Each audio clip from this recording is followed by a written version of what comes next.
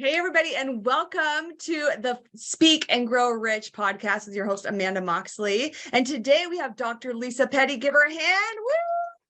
So happy you're here. I'm going to go ahead and introduce Dr. Lisa, and then we're going to get into it. You guys are going to love today's topic, especially if you're a woman and you're in midlife and you're feeling the pressures of midlife and the stress, and you're like, how can I do it all? And you're like disappointed in yourself because you're not even where you want to be yet. And so we're going to help dispel the myths and the pressure and the anxiety that you have. Dr. Lisa has just written a book called Forget About Having It All. Okay? Forget about having it all. The Midlife Woman's Guide to Creating the Life that You Want. So Dr. Lisa Petty, she started her career as a holistic nutritionist and health researcher and quickly became recognized as a speaker, a journalist, award-winning author, and media health expert. That's amazing. She then started a live call-in health talk radio show in Canada for 5 years. And after several years working with women who struggled to follow through on their health goals, has anyone been there? I'm sure that was frustrating for you. Lisa decided to go out and earn a PhD, and with her research, it allowed her to figure out how midlife women experience self-care in the face of the social pressures on them to be perfect in every facet of their lives. Okay, that was a mouthful, but she basically is amazing. And her new book, Forget About Having It All. Okay, I'm going to redo this part. So I really butchered that. Okay, starting over. Sound good? Yep. Okay. I'm just going to probably just say that you have a PhD and talk about your new book. Does that sound good? That sounds fabulous. Yeah. Okay. All right. Hello, everybody, and welcome back. This is Amanda Moxley, your hostess with the Speak and Grow Rich podcast. Today, I have an incredible interview with Dr. Lisa Petty. Give her hand, give her hand. We are so happy you are here, Lisa. And I cannot wait to talk to you about your new book, which is called Forget About Having It All, The Midlife Woman's Guide to Creating the Life You Want. So Dr. Lisa, she had been a professional expert in holistic health and nutrition. She even had her own radio show for 5 years. And she decided to go back and get a PhD and a master's and to study this topic. And now she's written this book called Forget About Having It All, the Midlife Woman's Guide to Creating the Life You Want. So welcome, Dr. Lisa. I'm so happy you are here. Oh, I'm so excited to be here. I haven't had a round of applause like that in a very long time. I know, right? I love it. So tell us a little bit about your story. Like what got you into like wanting to create this book and do this research and even go back. I think you shared with me, you did go back in your midlife to get this degree, these huge degrees. Yeah, so my journey aligns very much with a lot of women who get to midlife and we've done all the things we're supposed to do, right? We got married and we had a family and we got the house and the dogs and the picket fence and all of those things that we were told that we should get, and got to midlife and I was like, my baby, my wee one, was looking at university applications. And I could see the writing on the wall. I knew, oh my gosh, my life is going to change. What does this mean? Who am I if I'm not a mom? Who am I if my kids aren't living with me? And at the same time, as you mentioned, I was a holistic nutritionist and I was working with women who were not following through on the things that they said that they wanted to do for their health. So I was thinking, well, do I have a skills gap? Is there something missing that I am not offering these women, right?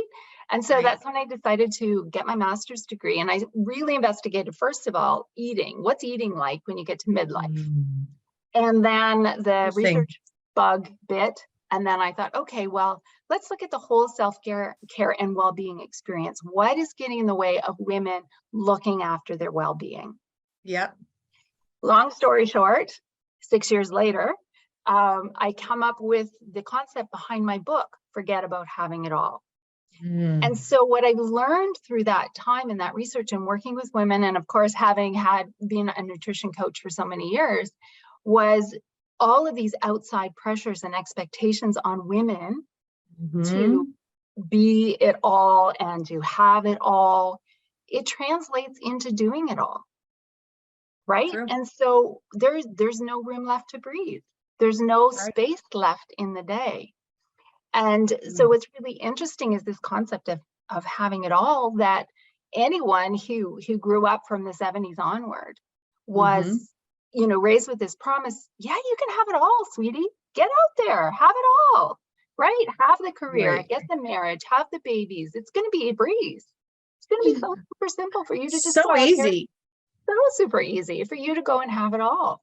Yeah. And the challenge is, of course, while we were getting that message, the men were not getting the message that, hey, if you want, or if you have a partner who's going to be out in the world doing stuff, you can't have that traditional experience when you get home. You're going to have to change things. Well, that message never got translated. So then women were coaching men and training the men in their lives. And it just became this big bowl of spaghetti, right? Right. Yeah. A lot of pressure. Yeah. And we were never asked, right? No, if you think, reflect back in your own life, and I ask your listeners to do the same thing. When did someone ever say to you, well, you can have it all, but what would you like? Right? Right. Here's the smorgasbord of life. What would you like? So that's step one. What do you want? What would you like? But what if you do want it all? So there, and again, I want to be very clear. I know that the title of my book is cheeky, and that's intentional, right? I love idea, we were raised to have it all, so we'll just go out and have it all. And I'm not suggesting that if you want to have a full, fulfilling life, yeah, please do 1,000%, please do that. But what's important is to really reflect on what is that you want versus all of this programming that comes from outside of us telling us, well, you should do this. You should look like this. You should dress like this. You should act like this. You should be like this. You should be self-sacrificing. Never put yourself first. All of these outside pressures that get in the way of us really honoring what it is that we want, so that we can become who we are and have a life that fulfills us, not a checklist of things that's something else outside of us told us that we should have. Right. And then all the expectations are on you. Unless you communicate, if you're married with your partner, you actually communicate your roles and responsibilities, versus just because you're a woman, you think you have to do it all. You can empower your family members to actually help you and serve in the family dynamics as well. So you're not doing it all. Right. And I think it's changing for younger women, much younger women who are starting out in their lives now. I think they looked at us, right? And they said, oh, that looks rough.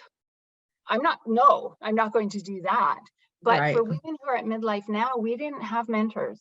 We didn't have someone we could turn to say, how do you do it all? How do you juggle it all? How do you make it work? And we were just told, yes, just go do it. Just go do it. Just go have it. Right? It's easy. It's super easy just to do that. So what are some tips that you would give to women who are feeling overburdened and maybe anxiety and stress about all these roles? Like, would you say take something off your plate, just don't do something? Or what skills can we empower our audience with? Well, first of all, it's really important to become clear about who you are aside from the role of wife and mother and sister and girlfriend and volunteer and all of those other things, to come back to who you are, which again, women are never encouraged to do, to look in the mirror and go, hey, who are you? Right? And I know that that's not easy, because again, we have all of these expectations on us, all of these programs and pressures coming from the outside of us, so many that we're not really even aware of them. Right. And it's like Shrek in the Onion, right? You just peel off, you think you've got it, and there's like, oh my gosh, there's another one. Right. So what we need to do is be able to get from outside inside. So find the quiet and get to know yourself again. And I think one of the best ways to do that is to, all of this programming happens up here, right? This is all of, the thinking, and I should do this. If you're shoulding, it's coming from here, right? And if you are feeling shame and guilt, it's starting from here. You're making decisions about what's happening outside of you and that you're not measuring up. So we want to get out of the head and back into the body. So one of the challenges with this whole you can have it all, it's based on how this masculine energy and the masculine way of moving through the world that discounted the feminine energy and discounted intuition and feeling and knowing that way. And it was all, Mm-hmm. what woman hasn't heard you're being too emotional? Mm-hmm. Use your logic. You have to Yeah. be logical. And I love logic. I Calm have a down. doctorate, so I'm all about learning. Yeah. But so what I'm learning now is that the brain shouldn't be running the show. The brain should be at the end doing the double check. Does this make sense? But we need to be able to get back into our body and reignite the wisdom that's within our bodies. Mm-hmm. So how do you do that? Or what's a practice, or how does a woman go from shooting on herself, shame and guilt and all this pressure? How does she go from that to getting into her body and into her heart? Well, it's really interesting, that this idea of your body stops here, right? At your neck. Right. It's not true. It's not true. So I think what we need to do is just really simple things to get started. So embodiment practices are simple things like, I can't do it here in Canada where I live right now, but going outside and standing barefoot on the ground, right? Reconnecting with the earth, really important. Being within nature is a very embodied experience. Truly, without your device, without you go out in nature and everyone's like on their phone all the time. So yeah, so going in nature, very simple, very simple. Okay, what else can we do to get in our hearts, get in our bodies? Remember to breathe. Mm-hmm. Breathing is incredibly important because we forget to breathe, and it sounds so illogical. How can you forget to breathe? Mm-hmm. Right? You do. And make sure that you breathe in and out through your nose, because that tells your body you're okay. So if you notice when you're exercising and you've got your heart rate up, you breathe through your nose and you exhale through your mouth. That tells your body that you're stressed and you're working hard. So when you breathe through your nose and out of your nose, you're telling your body, everything's okay. Everything's cool. Just relax. It's all good. Oh, I love that. Okay, right? Good so tips. That's a really, really simple one. And one other thing that that could be helpful is something simple like just touching yourself, like putting on hand cream. Right. And yes, we have, I can show this because we're on video. We have an energy center in the palm of our hands. And so if we just open that and make sure that we do both, and when you do it with cream, it's just a loving experience you can have for yourself, right? And just do that 3 or 4 times on each palm. And then I love that. I know. And then if you like, just give your fingers a stretch. Just pull them. Just give them a little bit of stretch. And you go back and forth and do each one 3 times. And that's going to open up your hand. Right? Open up your hand, open up your heart. Exactly. And then of course, I love this. We can just breathe and open up our heart as well, which is, so once we get out of our head, of course, we can move back into our heart, which is where the true knowing comes from. And I love this. So I'm at the intersection of research and woo. That's what I call myself. And for all of your listeners who might be going, oh my gosh, they're talking about heart spaces and knowing with your heart. Well, you're in the right place. Yeah. Well, research actually shows that your heart has memory and your heart learns. So you can look in scientific journals and see evidence of how important your heart is for intuition and knowing and moving through the world. Yeah, that's actually HeartMath Institute. Perhaps you've studied them in your research. The heart is 5,000 times more powerful than the head. Exactly. 5,000 times. So yes, opening our heart. Wow, that's great. So what would you do for a woman who is feeling like they have all these goals, they have all these things that they want, they have a vision board, right? Like I do. They're like, I'm a go-getter. I'm a go-getter. And I think a lot of people listening are go-getters, but then they're not where they want to be. What would be something, how can you help them? Because you were even saying, as a health coach, your clients were not taking the actions, they weren't doing it, they were dropping the ball. So then they were feeling guilty or shame or bad that they weren't getting the results. What else can you do to help empower them to literally stop the insanity of having to have it all? Okay, again, it goes back to really becoming aware of what it is you want. And so a simple thing is, you can Marie Kondo your life. If something doesn't give you joy, if a relationship doesn't give you joy, if a possession doesn't give you joy, if a job doesn't give you joy, let it go. Just let it go. Those ones are the easy ones, right? If it doesn't give you joy, and you can easily let it go, then simply let it go. And you'll probably lose 20 pounds off your back, right? You know what? I don't need that car. Right. I don't need that. You have to close my wardrobe. I don't need the whatever, right? Just Yes. get rid of Let that. it go. Let Let it it go. go. Right. And Let it go. yeah, for sure. And So- then it gets more challenging, right? Because then you get into, okay, there's these relationships I can't really walk so easily away from. Then now I need to start building boundaries, right? Yes. So, I mean, that's something that I get into with my coaching, but those are the steps, right? Get rid of what's easily you can get rid of, and then learn how to build boundaries around your own joy. So I talk about finding your North Star. And that's really about your preferred state of being. So it's not always joy for people. Some people, it might be joy, a peace. For me, it's peace. My preferred state of being is peace. Or some people, it might be exhilaration. Some people, it might be joy, right?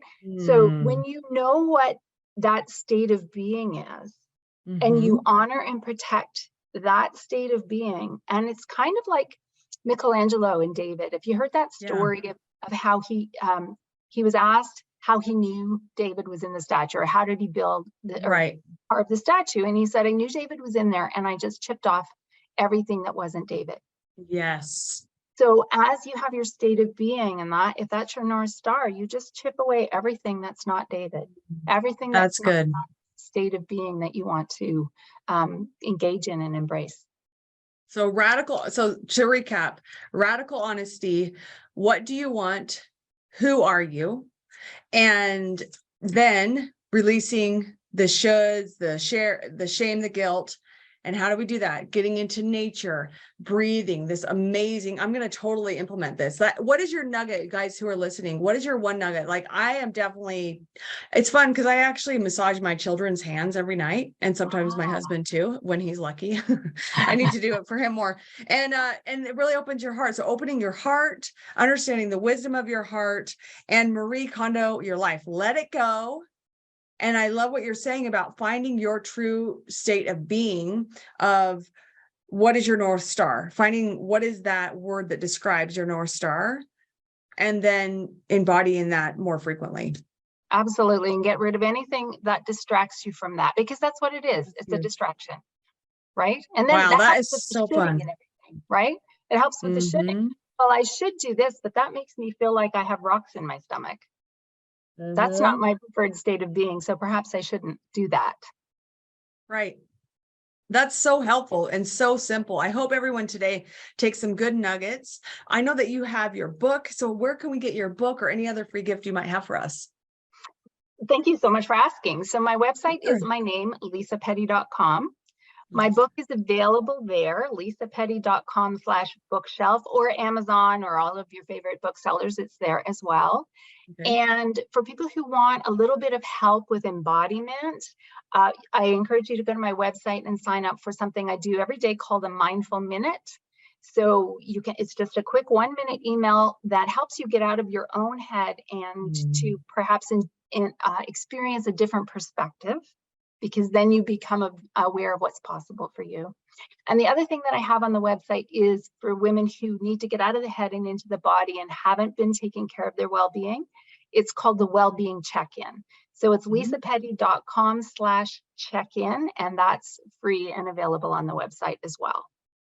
Sounds amazing. So many women are struggling with that. So I'm just curious, in our last couple of minutes, did you have struggles with this, or have you always just had it all together? And oh my gosh, I still don't have it all together, right? Every day, it's like every day there's like, oh, I can work on that, or oh, this is so exciting. Like, this energy work is new for me.